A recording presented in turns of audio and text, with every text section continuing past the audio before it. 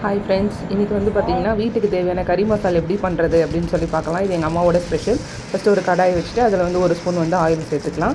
அதில் வந்து 1/4 கிலோ மல்லி சேர்த்துட்டு அந்த மல்லி வந்து நல்லா சூடாகிற வரைக்கும் வந்து வறுத்து எடுத்து இன்னொரு பாத்திரத்தில் வந்து மாற்றி எடுத்து வச்சுக்கலாம். அதே மாதிரி வந்து பார்த்திங்கன்னா 1/4 கிலோ சீரகம், அதுவுமே வந்து பார்த்திங்கன்னா சீரகமும் வந்து லைட்டாக வந்து உங்களுக்கு கலர் சேஞ்ச் ஆகணும். கலர் சேஞ்ச் ஆன உடனே வந்து பார்த்திங்கன்னா அதையும் வேறு ஒரு பாத்திரத்தில் வந்து மாற்றி எடுத்து வச்சுக்கலாம். நெக்ஸ்ட்டு சோம்பும் அதே மாதிரி 1/4 கிலோ தான். இது எல்லாமே வந்து பார்த்திங்கன்னா 1/4 கிலோ அந்த அளவுக்கு எடுத்துக்கிறோம். அதுவும் வந்து வேறு ஒரு பாத்திரத்தில் மாற்றி வச்சாச்சு. லைட்டாக வந்து கலர் சேஞ்ச் ஆன உடனே மிளகு வந்து எடுத்துக்கிறோம். மிளகு வந்து பார்த்திங்கன்னா ஒரு 100 கிராம். அது வந்து காரத்துக்காக தனியாக வந்து நம்ம இதே மாதிரி எண்ணெய் ஊற்றிட்டு அதுலேருந்து புகை வந்தோடனே எடுத்து வேறு ஒரு கண்டெய்னரில் மாற்றிக்கணும். இது வந்து ஸ்பைசஸ், நம்ம வந்து பிரியாணி ஸ்பைசஸ் இருக்கும்ல, அது எல்லாத்தையும் மொத்தமாக சேர்த்துட்டு அது சூடானோடனே அதையும் வேறு ஒரு பாத்திரத்தில் மாற்றி எடுத்து வச்சுக்கலாம்.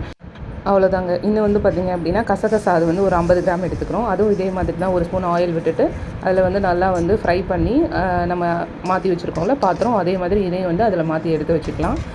லாஸ்ட்டாக வந்து பார்த்திங்கன்னா 1 டம்ளர் வந்து அரிசி, அந்த 1 டம்ளர் அரிசி வந்து பார்த்திங்கன்னா லைட்டாக எண்ணெய் ஊற்றிட்டு அதையும் வந்து நல்லா பொரிஞ்சதுக்கப்புறம் நம்ம எடுத்து வச்சுருக்கிறோம்ல இந்த ஸ்பைசஸ்ஸு அதோட இதையும் வந்து சேர்த்துக்கலாம். ஃபைனல் ஸ்டெப் வந்து பார்த்திங்கன்னா கருவேப்பிலைக்கும் அதே மாதிரி ஆயில் ஊற்றிட்டு நல்லா வந்து டீப் ஃப்ரை பண்ணி அதையும் எடுத்து சேர்த்து வச்சுக்கலாம். வத்தல் வந்து நல்லா வெயிலில் காய வச்சு எடுத்து வச்சுட்டு அந்த வத்தலோட காம்பெல்லாம் வந்து இதே மாதிரி எடுத்துடணும். எடுத்ததுக்கப்புறம் வந்து பார்த்திங்க அப்படின்னா நம்ம வேறு ஒரு பாத்திரத்தில் இந்த வறுத்து வச்சுருக்கிறதெல்லாம் மாற்றி வச்சுருக்கோம்ல, அதில் வந்து இந்த வத்தலை வந்து இந்த மாதிரி நொறுக்கி வந்து சேர்த்துக்கணும். அப்போ தான் வந்து அரையும் போது கொஞ்சம் ஈஸியாக இருக்கும். இந்த மாதிரி சேர்த்துட்டோம்னா அவ்வளோதான் முடிஞ்சிச்சு ப்ராசஸ்ஸு.